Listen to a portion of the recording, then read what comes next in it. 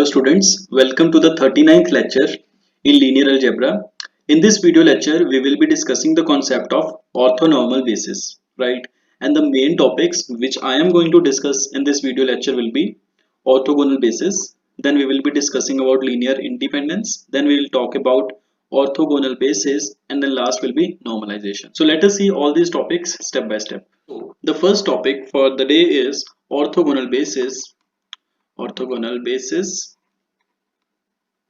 and orthonormal basis. Orthonormal basis. Correct. So now this. For this, I will consider the coordinate plane Rn. So consider the coordinate plane Rn, right? And let me define the dot product now. And the dot product, how can I define the dot product? So the dot product is defined as, so dot product which is defined as a dot b. So where a and b, they are any vectors coming from Rn, so it is usually defined as a1 b1 plus a2 b2. So component wise you need to multiply and you just need to add them, right? Fine with this? Correct. Where a and b, they are coming from Rn. Fine with this? Now that is the definition of a dot product. Now let me recall one of the concept, that how can we relate norm of a vector with the dot product. So let us recall that if you have any a vector which is coming from Rn, fine. So if you define the norm of a, right, how can you relate norm and the dot product? So the definition is norm of a square is nothing but a dot a. So this thing I will frequently use in my lecture, right? So that is the norm. So what is the norm of a vector in general? So what is the uh, motivation behind the norm? So norm is nothing but the magnitude, right? So that is the magnitude. So what is the magnitude? Magnitude is nothing but the length of a vector.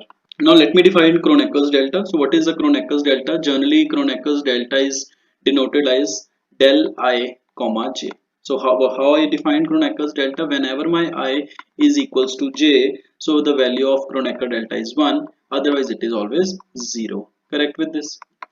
Now this thing is known as Kronecker's delta. Kronecker's delta. Now why I have defined this Kronecker's delta? Because if you want the entries of n cross n identity matrix, so we have an identity matrix, right, which is of order n cross n. So how can you define the n cross n identity matrix? So you can define the n cross n identity matrix using the concept of Kronecker's delta. So if I say the entries of Kronecker's delta, so the entries of an n cross n identity matrix is nothing but Eij, and what are the entries of Eij? That is nothing but del Ij. And what is my del Ij? I and j, they are varying from, so they are varying from 1 to n.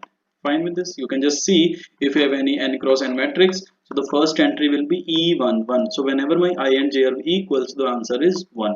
So next will be E12. So this is j. I and j are not equal, so here it will be 0, and so on. So you can see only the diagonal entries will be 1, rest all will be 0. So that is how you can define identity matrix, or you can denote identity matrix in terms of Kronecker's delta. So I hope this point is clear to you, right?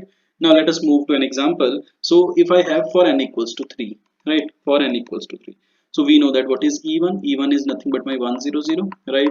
What is E2? These are the standard bases. E2 is 0 1 0. What is E3? That is 0 0 1. Fine with this? So these are the standard bases. So they play a fundamental role in rectangular coordinates, right? Why they play fundamental roles? Because you can express any xyz, any xyz can be written as x1 e1 times x, right, plus e2 times some y and plus some e3 times z. That is how it can be expressed, right? Now we need to observe one thing from these EIJs. So what is something which is very special about this? So the first point is their length is always 1.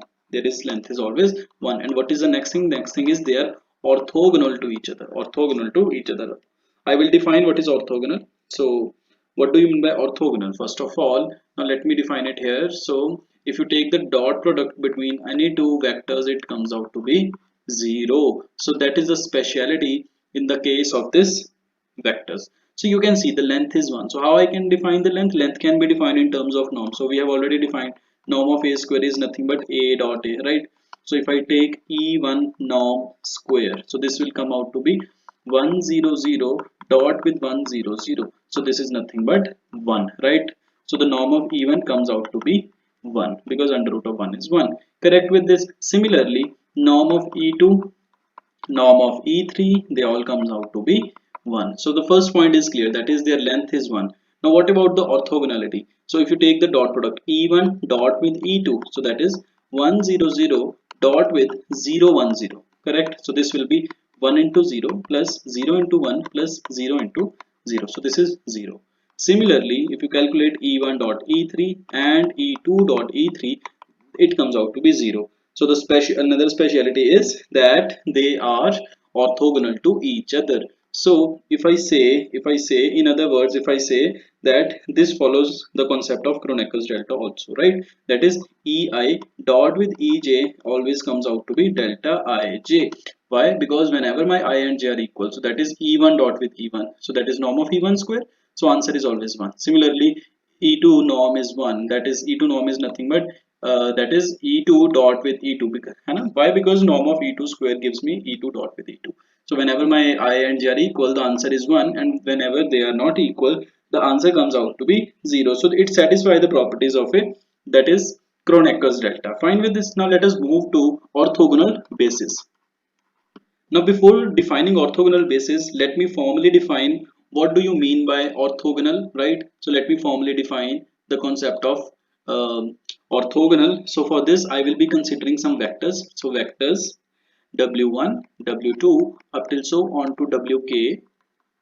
So they are orthogonal. So when now do I say they are orthogonal? So if they satisfy this property, that is wi dot with wj comes out to be 0 whenever my I is not equal to j. So that is just the property of orthogonal. Now what do you mean by orthogonal basis, right? So what is orthogonal basis? So a basis consisting of orthogonal. So if you construct a basis which is having only orthogonal vectors, right? So it is known as the, this is called orthogonal basis. So now what are the bases? You can watch my previous video for the concept of basis and dimension also. So you need to watch those videos first so as to understand the meaning of basis, right? Now let me take an example for you guys to make this thing clear. So if I consider w1 to be 1 1 1, w2 to be 1 minus 1 and 0, w3 to be minus 1 minus 1 and 2. So let me check whether they are orthogonal or not. So you can just see that w1 dot with w2, so that is 1 into 1 plus 1 into minus 1 plus 1 into 0, so that is 0, correct? Because 1 minus 1 is 0. Now w1 dot with w3, that is 1 1 1 dot with minus 1 minus 1 and 2. So this comes out to be 1 into minus 1 plus 1 into minus 1 plus 1 into 2. So this is minus 1 minus 1 plus 2. Again this is 0. Now you check for w2 dot with w3. So this will be 1 into minus 1 plus minus 1 into minus 1 plus 0 into 2. Right? So this again comes out to be minus 1 plus 1, which is 0. Right? And what about, so can I say that the vectors are orthogonal? So w1, w2 and w3 are orthogonal vectors. Orthogonal vectors. Now the main thing is, are they bases also? Because we are interested to calculate the orthogonal basis. So you can check. You can easily see that these vectors, they are also bases. So I will say, since, now why they are basis? Again, I'll request you to watch my previous videos to understand the concept of basis. So from there you can understand that this w1, w2, w3, they are bases. And if they are orthogonal vectors plus the basis, so can I say that my w1, w2, w3, they form the orthogonal basis. So that is the concept of orthogonal basis. So I hope this concept is pretty much clear to you. Now let us discuss the third concept which I have promised in the beginning of the lecture, that is a linear independence. Although this concept is also discussed in the previous video lectures, but again since it is required in proofs or some concepts, so I'll be discussing it again so as to make you things more clear, right? So let me recall the definition. So let us recall the definition of linear independence. So when do I say the vectors are linearly independent? So the vectors v1, v2 up till so on to vk, so they are called linearly independent. So linearly independent. So when do I say they are linearly independent? If you take the linear combination, that is c1 v1 plus c2 v2 up till so on to ck vk equals to 0. If you take the linear combination equals to 0, and this implies my c1 is equal to c2 up till so on to ck, all the coefficients, that is all the constants, are 0, right? And if you want to explore this concept in more detail, you can obviously watch my previous videos for this. Right now, why I have discussed this concept? Because I need to discuss a proposition for that. So there is a proposition. So what does the proposition states? The proposition says that if you have non-zero orthogonal vectors, so non-zero orthogonal vectors, they are always linearly independent. So that is the proposition which I need to prove. So the proof is very simple again, right? So you will be considering the non-zero orthogonal vectors. So let me call w1 w2 up till so on to wk. So they are the non-zero orthogonal vectors. So I have considered the non-zero orthogonal vectors, right? Now what do I need to show to prove that these vectors, they are linearly independent? So I need to prove the linear independence of wi's, where my I is varying from 1 to k, right? So that is what I need to prove. So in order to show the linearly independence, what I will be assuming? I will be assuming the linear combination. So let us assume the linear combination, that is c1 w1 plus c2 w2 up till so on to ck wk equals to 0 for all I varying from 1 to k. So the next step will be take dot product with wi. Take dot product with wi on both sides. On both sides. So if I take the dot product, so just see what it will be. So wi dot with c1 w1 up till so on to ck wk, and on the right hand side it is wi dot with 0. So wi dot with 0. So this is 0 only, right? And what about the left hand side? So just see, it will be c1, right? The constant can be taken outside, wi dot with w1, right? And so on. There will be some ith term also. So ci wi into wi, and the last term ck wi dot with wk. Now since my vectors are orthogonal to each other, it is mentioned in the statement, right? So you just apply the property of Kroneker's delta. So wi dot with w1 will be 0, right? And wi with wk will also be 0. Only this thing will be left out. All other terms will be 0. So let me write that ci into wi dot with wi is equals to 0. And what is wi dot with wi? Just let me recall the definition of norm. So this is norm of wi square is equals to 0. Fine with this. Now since I have considered the non-zero orthogonal vectors, so since my wi is non-zero, so can I say norm of wi will also be non-zero? Because if vector is non-zero, so obviously its length will be non-zero. So it means the product of two things is 0 and this thing is non-zero. So it implies ci has to be 0, and my I was varying from 1 to k. So what did I consider? I considered the linear combination in the beginning, right? Let me mark it 1, and I proved that all the coefficients, they are 0, and hence the proof, because I have, that is the definition of linear independence. Now let us discuss one more proposition. So the proposition says let V be a k-dimensional linear subspace, k-dimensional subspace, right? So of Rn, then what do I need to prove? Then k non-zero, right? K non-zero orthogonal vectors, orthogonal vectors in V, they form an orthogonal basis. They form an orthogonal basis of V. So the proof is very simple. For this I will be considering let V be a linear space. So just a result is required. So if V is any linear space, what is a linear subspace? So what is linear space? That is a vector space. So this is nothing but a vector subspace. So that is how we can another name for vector subspace is a linear subspace. So let V be a vector subspace of Rn, right? And if I consider k vectors, so v1 v2 up till so on to vk, so they are the vectors in the subspace, so vectors in capital V, right? Now we know if the dimension of V is k.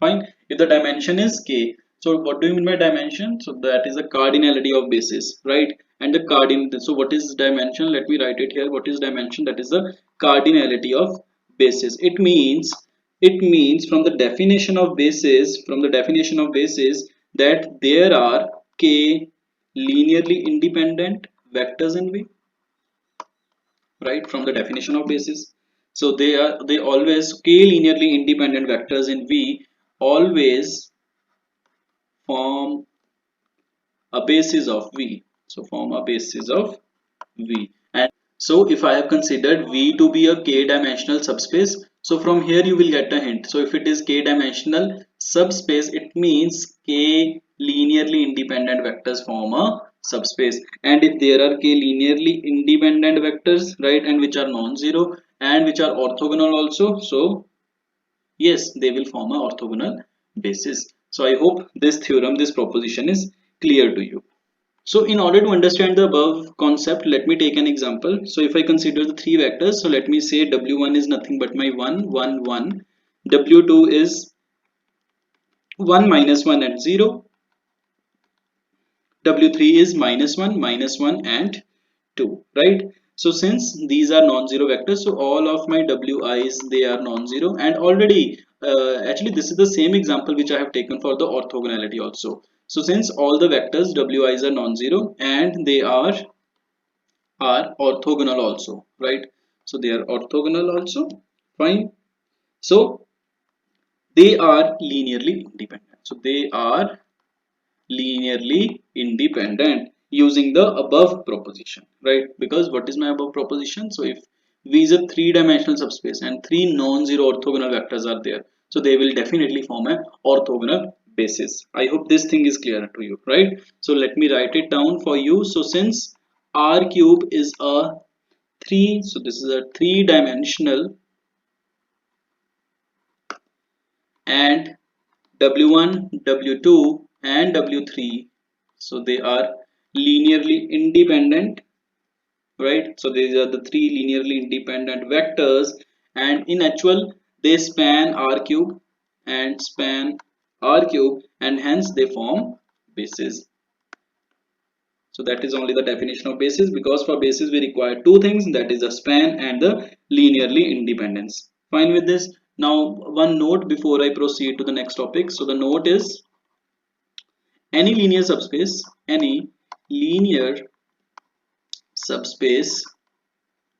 of Rn. So if you consider any linear vector space, any linear subspace of Rn, so it always carries an orthogonal basis. It always carries an orthogonal basis, and this note will be discussed in detail in the upcoming video lectures also, right? So it is required in the next topics. So let me discuss the next topic first. So what is the next topic? That is the orthonormal basis now.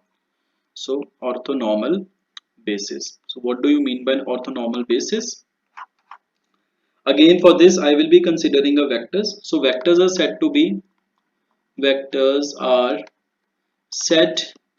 be orthonormal basis, orthonormal if they are orthogonal unit vectors, orthogonal unit vectors, fine with this. And if they're orthogonal unit vectors, so these orthogonal unit vectors, they will be orthonormal. Thus the vectors u1 up till so on to uk are orthonormal if and only if they satisfy this Kronecker delta, that is ui dot with uj gives out to be Kronecker delta for I and j varying from 1 to k. So that is the definition. So what is the crux?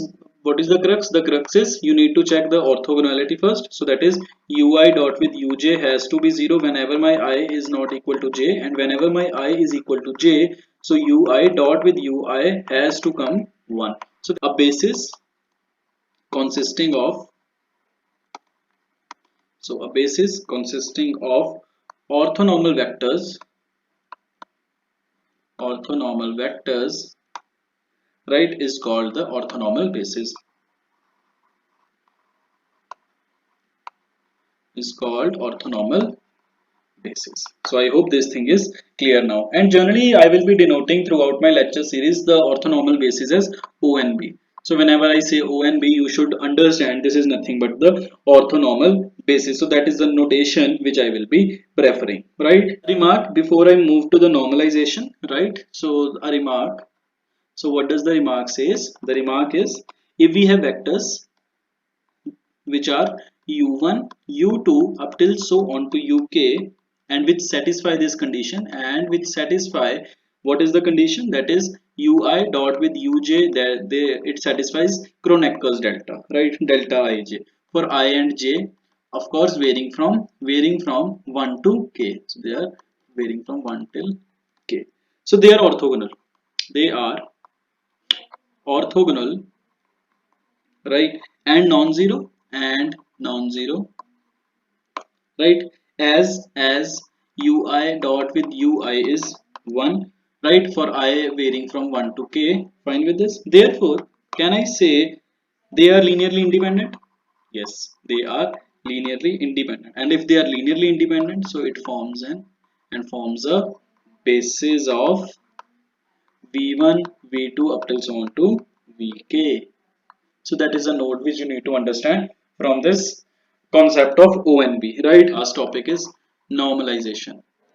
Again, very easy topic. So for orthonormalization, let me consider some orthogonal basis. So if W1 up till so on to WK, they form an orthogonal basis. If they form an orthogonal basis of V, then the unit vectors. So if you take the unit vector of this, the unit vectors. What are the unit vectors? So you should remember, if u1 is the unit vector corresponding to w1, so the value of u1 is w1 divided by the norm of w1.